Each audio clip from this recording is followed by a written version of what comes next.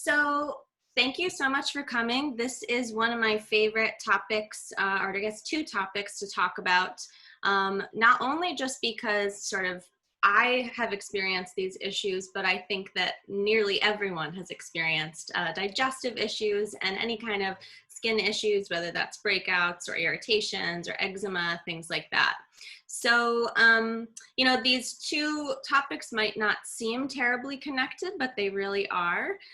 Poor digestion can really lead to external issues on the skin quite often.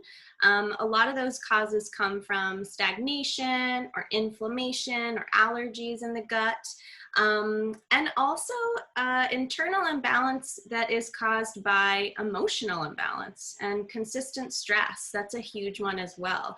So we'll kind of touch on all of those topics. And we're going to talk today about using herbs both internally and externally to deal with both digestive and skin issues. And I just want to do a little side note that most of the internal preparations that we're talking about today are just going to be using herbs as tea. I love tinctures. I think tinctures are a beautiful medicine, but in terms of dealing with digestive issues, tinctures don't always really directly come into contact with the microbiome that is your gut. So I think that teas are really kind of the most appropriate solution when you're using herbs internally, specifically for the gut. And I just wanted to read this really nice kind of concisely summarized quote from Amy Myers. She's a medical doctor, about sort of the connection between the gut and the skin. I think it's a really nice, concisely laid out quote. In some ways, your gut and your skin play similar roles. Both defend your body against pathogens, and both are covered in beneficial bacteria when in a healthy state. In fact, your gut contains between 300 and 500 bacteria species.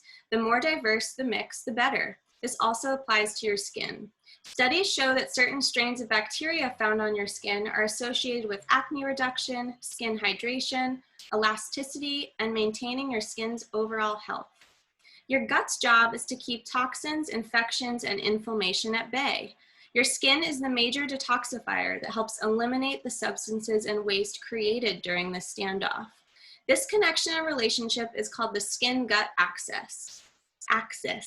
When the gut is not functioning optimally, it can result in issues throughout the body. So I just think that's a perfect way of showing that connection between the gut and the skin.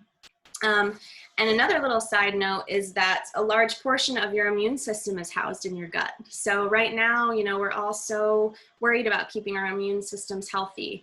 So keeping your gut healthy really is fighting against other issues as well, which is kind of a really wonderful added bonus.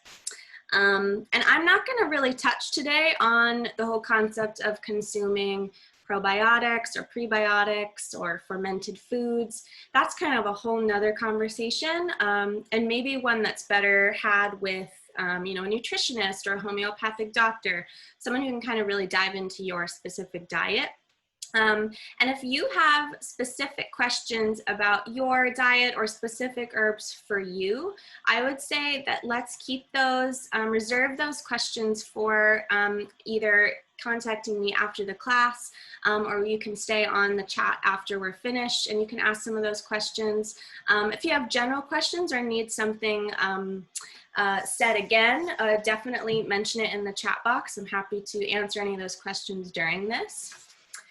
So another thing to kind of note before we dive into specific herbs is just that herbal medicine is like any medicine. You should really be consistent with it. Taking an herb for a day or two and saying that it's not working is probably not the best angle. You want to give herbs a chance to work in the body, especially because a lot of the herbs we're going to talk about today are really quite safe. They're quite gentle, very effective, but gentle. So seeing those changes, might take a week or 2 weeks. But the good thing about the gut is that it's really kind of a fast acting part of the body. So when you are seeing improvement, it will be quite quick, which is kind of wonderful. So let's dive into teas. So when you are starting to learn about herbal teas, you might actually run into the term tisane. That's actually kind of the most appropriate herbal terminology for an herbal tea. It's just kind of a little side note there. A lot of times people ask, you know, what is the standard preparation for your herbal material versus the water to make a tea? So I would suggest that 1 tablespoon of dried herbs is appropriate for about 8 ounces of water. So that's kind of a nice rule of thumb. Now that's for dried herbs. If you wanted to make a tea with fresh herbs, you'd want to be using at least 2 to 3 times the amount of material. So you're looking at anywhere from 2 to 3 tablespoons of that fresh material for an 8-ounce cup of water. And that's a rule of thumb. You know, you can kind of figure that out on your own, you know, what different herbs you might use slightly different amounts, but in general, a tablespoon of dried or 2 to 3 tablespoons of fresh herbs is going to get you a nice cup of tea. In terms of steeping time, that also varies quite a lot depending on which herbs you're using. But two preparation methods for making tea is what we'll talk about today. The first is the infusion method. That is one that I'm sure you've all done at home already, where you have your fresh or dried herbs, you boil your water, take it off the heat, pour it over your herbs, and let it steep. That's the infusion method. That is totally appropriate for any kind of soft plant material. So whether that's the leaves of a plant or the flowers of a plant, the infusion method is usually going to be just fine for that. And a few of you received this tea infuser in the mail that I really love. And the reason I love this so much is it has this top built in. And it is really, really important to be covering your infusions when they are steeping. You don't want to risk losing any of those beautiful volatile oils out of those herbs via the steam. So whether you've got an infuser like this, whether you've just got a plate or the top of a mason jar, that's totally fine. But keeping that covered is really important.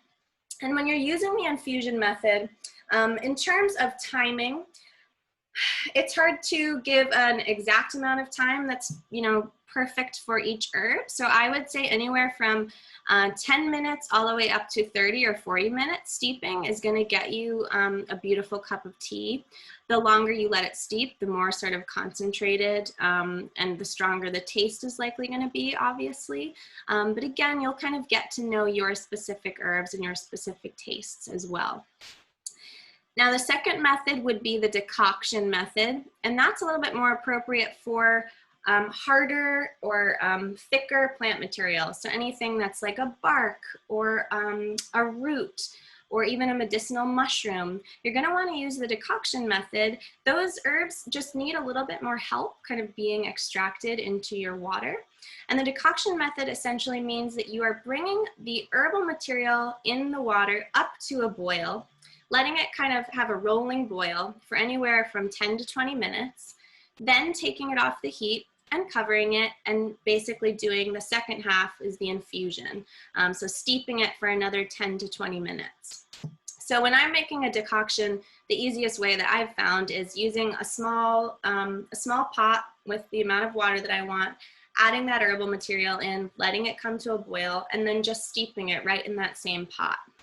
And again, that's really kind of specific to roots and just harder plant material in general. And we'll talk about some herbs that are better used with the infusion method and some with the decoction method.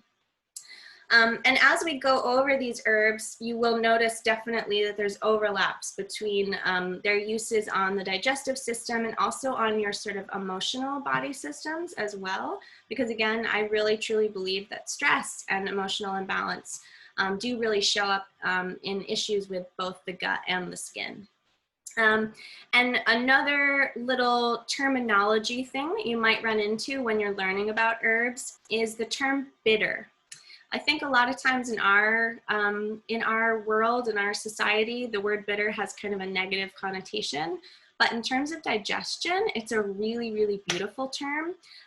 When your body comes in contact with a bitter taste, it essentially sends a message down to your digestive system to basically say, get going. We're about to eat something, you know, get moving.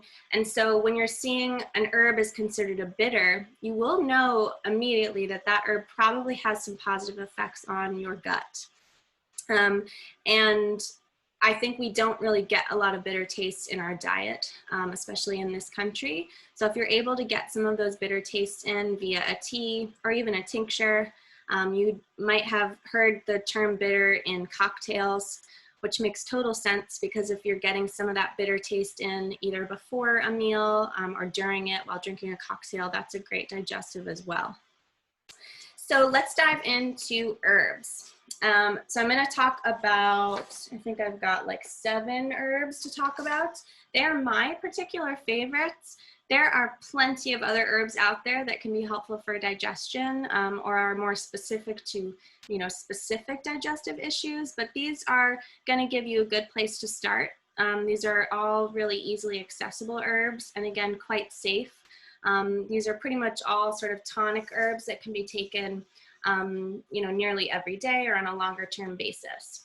So the first we'll talk about is burdock root. And I do have pretty much all of these herbs here to show you. I know it's going to be a little bit tough to see, but so this is the dried burdock root.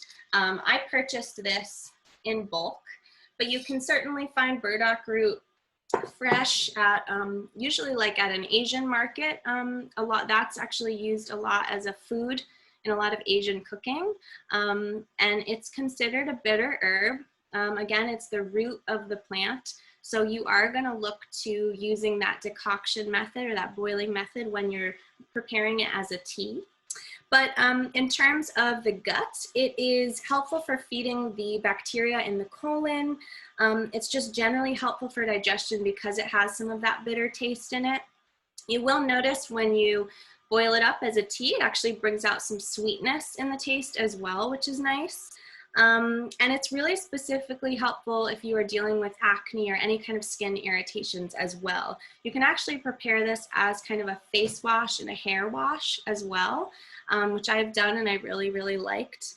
But it's really best used over time as kind of a tonic herb. So this is something I would maybe make a big pot of it as that decoction and then throw it in the fridge and just have it you know, for a couple days or a week so that I don't have to make that decoction every single time I want to drink it. Next will be calendula flower. You've likely seen this in topical preparations, maybe in a salve or a cream. So this is a perfect herb example of something that is good both externally and internally. I have a couple here that I picked just yesterday. So they are just starting to slightly dry out a little bit. They're super easy herb to grow as well. But in terms of the gut, the calendula is a super anti-inflammatory herb to the gut. It's helpful in indigestion and specifically in Crohn's disease. It's just a cooling and soothing herb internally as well as externally. And we'll talk about that in the external preparation section. This herb in particular is really best used as a dried herb. I think that it has something to do with the fact that a calendula flower has a little bit of this kind of like resinous, sticky resin on the outside of it. When you pick them, you'll notice that. And when it's dried, I think it kind of concentrates that medicine a little bit on those petals. You could use it fresh, of course, if you're in a pinch, but in terms of, you know, best use, it really is better used dried. And I actually have my little drying rack behind me. You can definitely buy something like this online if you have a little space at your house, or I've actually used like those expandable screens. You can get those at, you know, Lowe's or wherever, or you can just sit them on a plate in a nice sort of dry sunny windowsill. That works too. That's besides the point.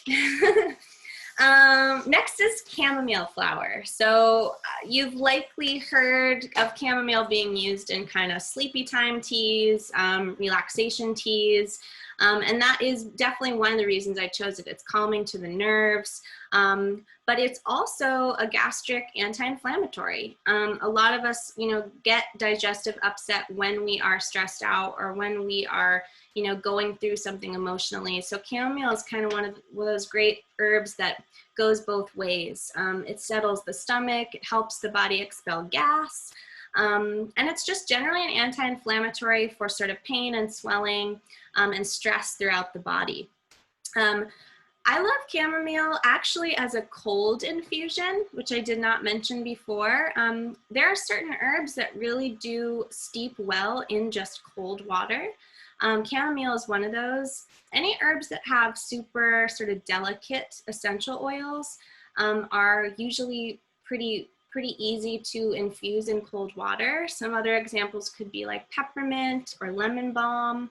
Hibiscus is another one that steeps pretty easily. I prefer the taste of chamomile actually as a cold infusion.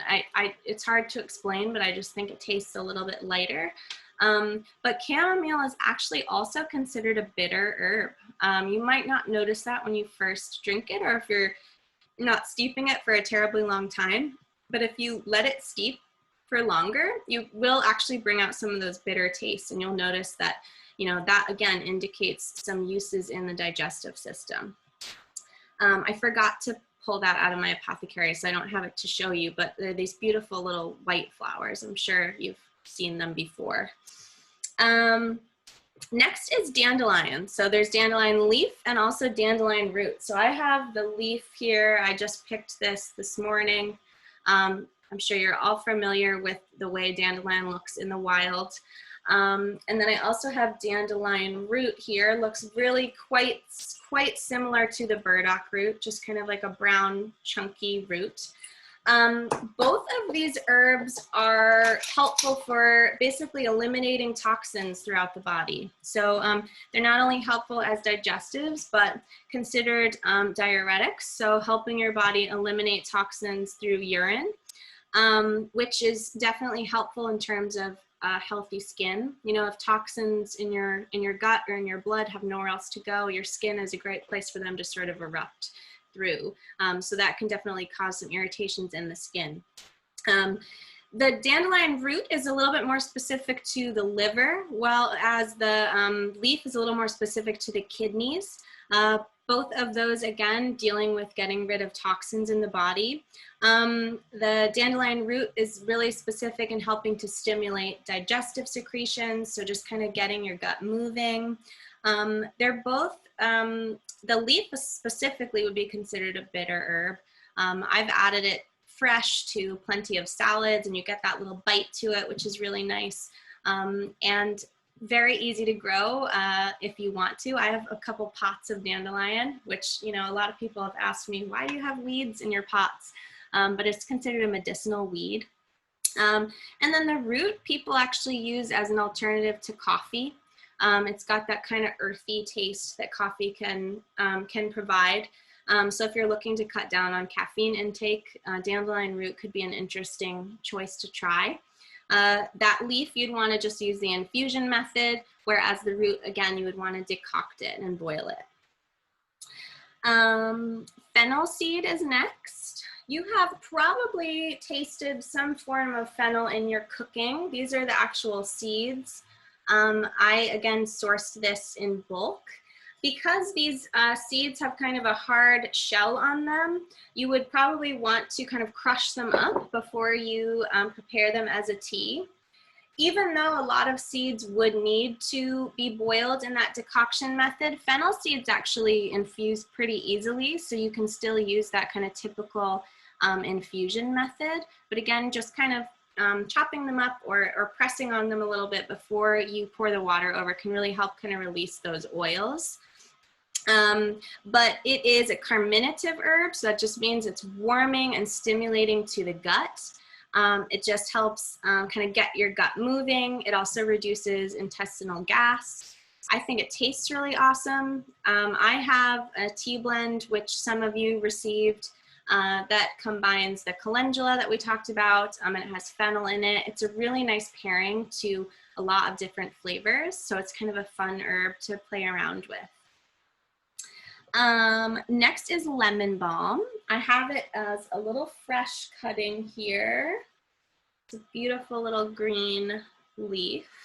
It's got a really nice kind of a citrusy aftertaste to it. And I also have some here dried. Keeps that really nice green color when it dries, which is nice. But I've got lemon balm in here because it's similar to chamomile in that it's considered a digestive, but is also helpful in sort of brightening the mood. It is a general mood lifter. It's an antidepressant. It's also an antiviral, which is really nice. It helps alleviate nervous tension that causes headaches. It supports the skin because it's also considered carminative and digestive, and it helps the body kind of eliminate food and gas. And again, it's got that kind of beautiful, bright, citrusy taste at the end. This is one that you could do as a cold infusion or as a hot infusion. And if you're not familiar with doing something as a cold infusion, it's really very simple. I actually just use I have like a linen or cotton reusable tea bag, and I'll fill that with my herbs and then throw that in some form of a pitcher in water, and then leave that in the fridge overnight. Or some herbs like hibiscus really don't need that long to steep in cold water, so maybe even just a couple of hours.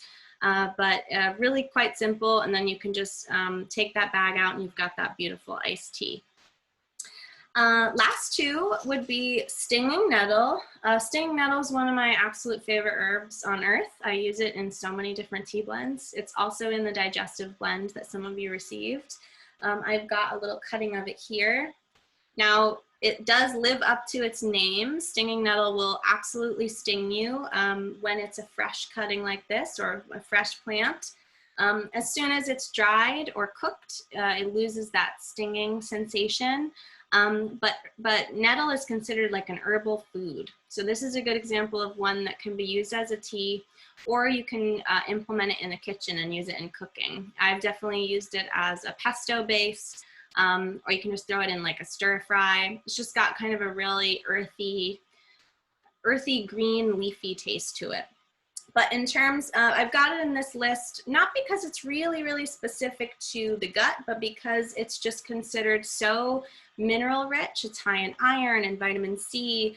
It actually supports liver cleansing, and it's helpful with urinary tract health.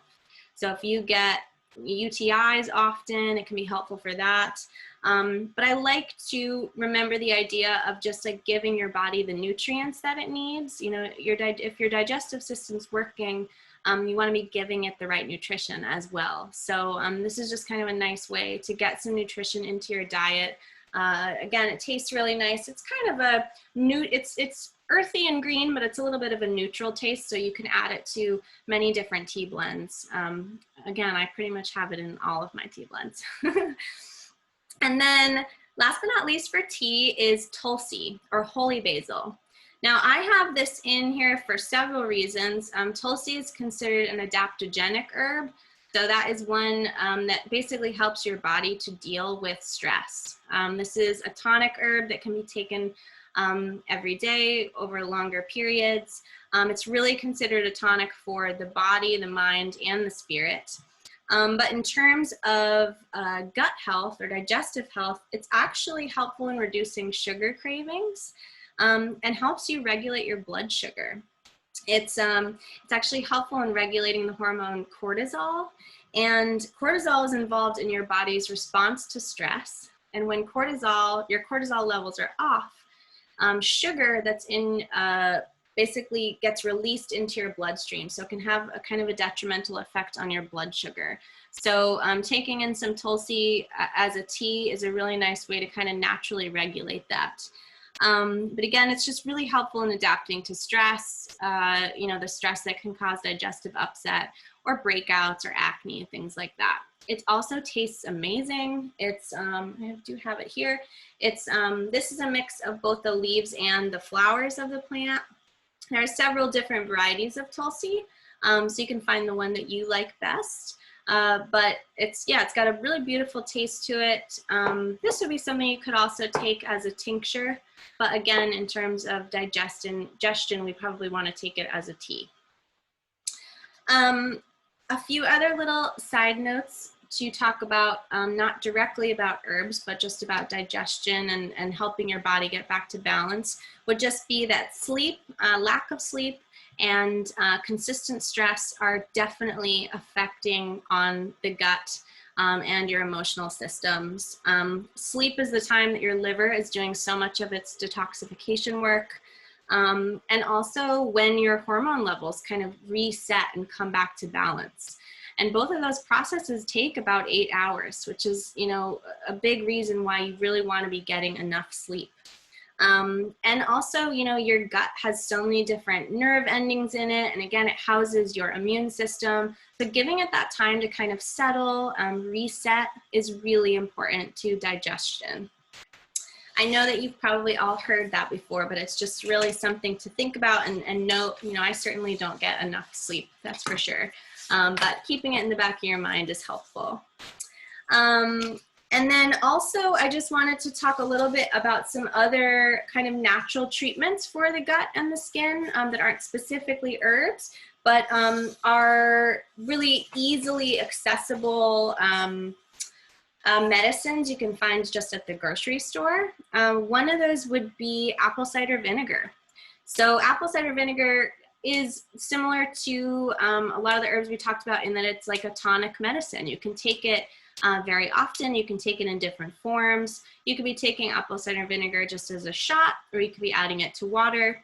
It contains beneficial bacteria for the gut. And similar to Tulsi, it actually also helps regulate blood sugar levels. So I've read that taking a couple teaspoons of apple cider vinegar before a meal can really help regulate those blood sugar levels. I did want to just show you that you can potentially infuse the vinegar with some of those beautiful digestive herbs. This is actually a white vinegar that I'm infusing, but I just wanted to show you. You can do that sort of really easy home folk method of infusing a vinegar by just adding your herbs into a mason jar and covering it with your vinegar, or your apple cider vinegar. I'm going to leave this for a couple weeks. You could leave an infusion of apple cider vinegar for 2 weeks or 4 weeks, and then strain those herbs out, and you'd have this really beautiful, nutritive, digestive vinegar that you could add to salad dressings, or again, just take as a shot. Apple cider vinegar, or vinegar in general, really helps to extract herbs that are really nice and mineral rich. So stinging nettle would be a beautiful herb to throw in there. Tulsi could be a nice one, lemon balm. So you can kind of experiment with that at home. And, you know, apple cider vinegar is available in most grocery stores. And you do want to probably look for that unfiltered, kind of raw, natural apple cider vinegar, just as a side note. Honey is another beautiful, easy to acquire digestive. It's anti-inflammatory to the digestive tract. I also have some honey here that I am infusing. This has rosemary and linden, but the sky's the limit. I mean, honey really extracts a lot of different herbs. Again, I'm going to be keeping this in my mason jar for probably 4 weeks before I strain it out. You could combine this with your apple cider vinegar to create what's called an oxymel. That is, you know, kind of a beautiful, very easy to consume herbal preparation. If you don't love that sort of sharpness of vinegar, you can add the honey in, and it's a really nice way to get that apple cider vinegar into your body. And also, if you're using local honey, you're kind of benefiting from those plants that the bees are visiting in your local ecosystem as well. But you would want probably to find some kind of a raw local honey if you really wanted to benefit from it. So now we'll move on to some topical solutions.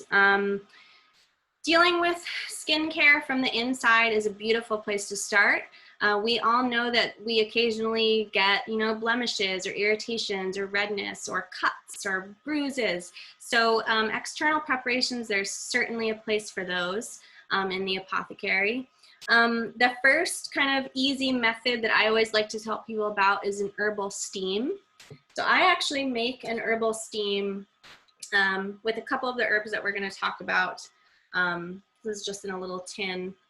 And the concept of an herbal steam is really quite similar to actually the decoction that we talked about before. So you're going to take your chosen herbs. I like to use dried herbs, but you can use fresh herbs as well.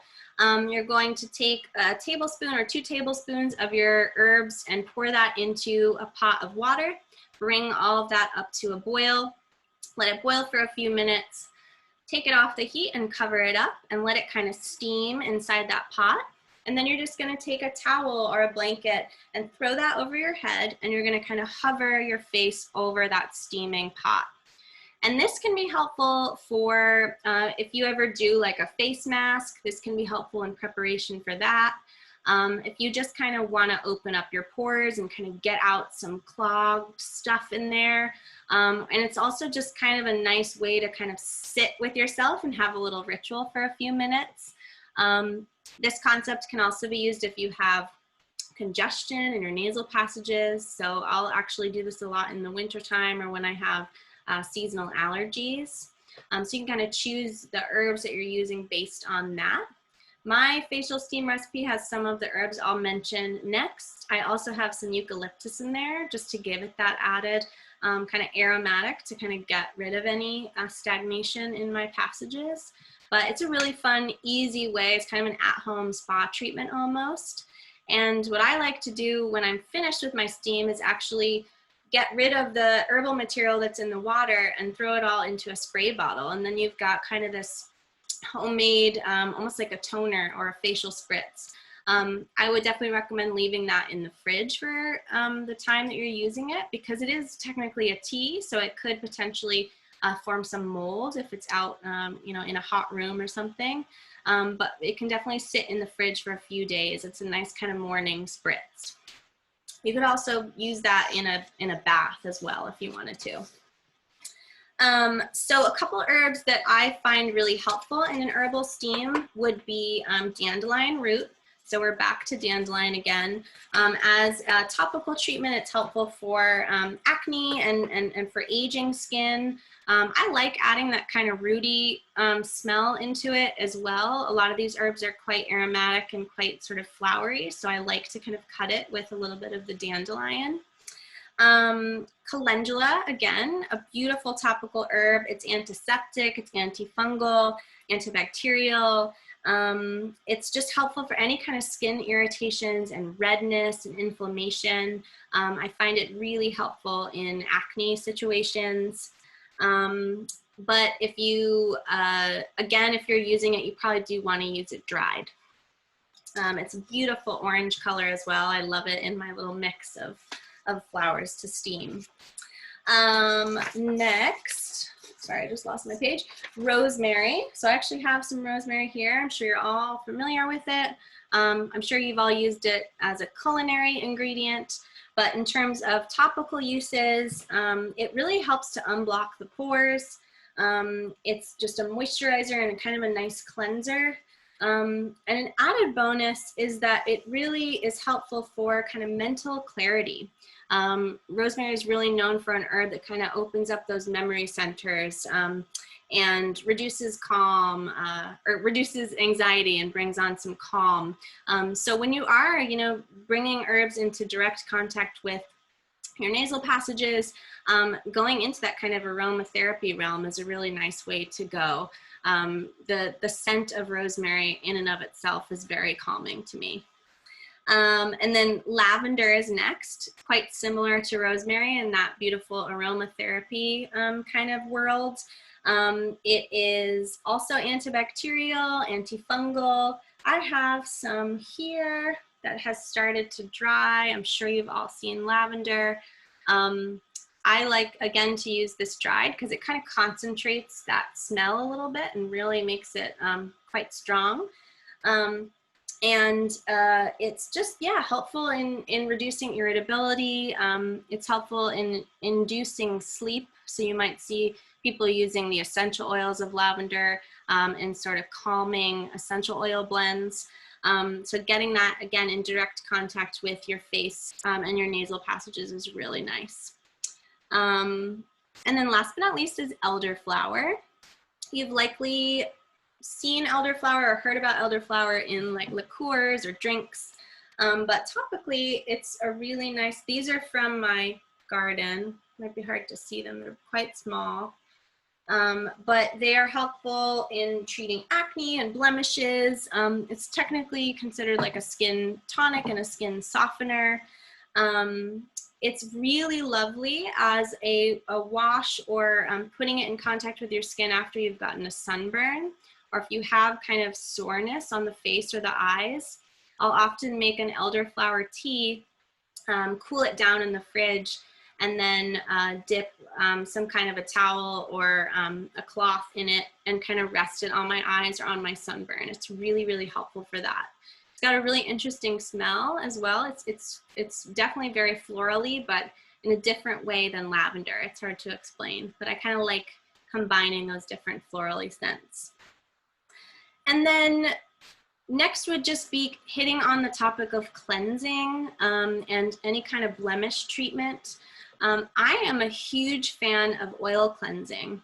Now, I think we're all really used to this idea of kind of stripping our skin of oil. I think a lot of us were told that oily skin was bad growing up. And really, in reality, your skin's producing oil for a reason. And if you're consistently stripping it with harsh cleansers and then kind of overcompensating with lotions, I think you get your skin really kind of out of whack. So I really like the idea of oil cleansing. I actually sell this beautiful oil cleanser by a local Philadelphia maker. They're called Wild Gatherings. This is called the Kumari oil cleanser. And I love this cleanser because you can feel that it is definitely cleaning and washing your skin, but you're not feeling stripped afterwards. I will add a moisturizer oftentimes afterwards, just to any kind of spots like around my nose sometimes get a little bit dry. So I might add in some additional oil or lotion afterwards, but I never feel like that tightness that sometimes you can feel when you use a little bit more of a harsh cleanser. And then I also myself make an oil that is specific to kind of dealing with blemishes and irritations. My Skin Serene oil is actually a mix of a base oil, some essential oils, and some flower essences. So in terms of using oils on their own, you can choose different base oils and kind of create your own moisturizers. So some good typical oils that you can find in a lot of either the grocery store or some bigger like herbal retailers would be jojoba oil, I really love, sunflower oil, grapeseed oil, sweet almond oil. Those are all really nice base oils to start with. Jojoba is really nice because it's quite similar to your skin's natural oil that it already produces. But the cool thing about oils in terms of herbs is that you can infuse those oils with some herbs that are helpful for topical issues. So it'd be kind of the same concept as infusing your honey. Imagine that this honey was actually an oil. Imagine this is like a jojoba oil. And you're able to infuse that oil with those beautiful herbs, and then you can use that oil either on its own, or you could use it as a ingredient to making like a salve, perhaps. And I've got a little salve here that I made. There are some actual calendula flowers in that salve, but this was made with some infused oils, and then I added some beeswax. And salves are a really, really nice topical treatment for a lot of different irritations, specifically like dryness and redness and inflammation. One thing to note about using an herbal salve or any kind of salve would be that oils can trap a little bit of bacteria in the skin. So you don't really want to use a salve on like an open wound. You want to wait for your skin to start to heal up a little bit and then apply that salve. I've actually used salves on blemishes. Like I tend to, when I do get a blemish, it tends to be, you know, deep and angry. And when it finally starts to heal, there could be a little bit of scabbing going on. And I've used salves many times to help kind of speed up that healing process. Another thing to note about a salve would be if say you're using a salve that has comfrey in it. Comfrey is an incredible herb that really helps to kind of knit your skin back together. And sometimes it can basically tell your skin to start healing a little bit too quickly. and it could potentially trap some bacteria in there. So you do want to let your body do its thing first before you kind of introduce a salve or any kind of oil-based thing onto a wound. And you don't really want to use a salve on like a deep wound, like a puncture wound or anything like that. So yeah, using oils as a cleanser, using oils as a moisturizer or a blemish treatment, and then also using salves as a nice way to kind of finish off that healing process is a really nice, gentle herbal regimen that you can use topically on your skin. And introducing things like the facial steam into your regimen is really nice. And I do a steam probably maybe once every 2 weeks or something, but you could certainly do it more often than that. And again, you can use that tea basically that's left over in a bath or in a spritz of any kind. So that is what I have for you. I hope that that was helpful, and I hope that it will inspire you to go out and start exploring your own recipes. All of this is super accessible. I'm going to send a follow-up email after this that has some of my favorite herbal retailers. You should have received the notes for this class, but if you didn't for some reason, I can send those to you as well.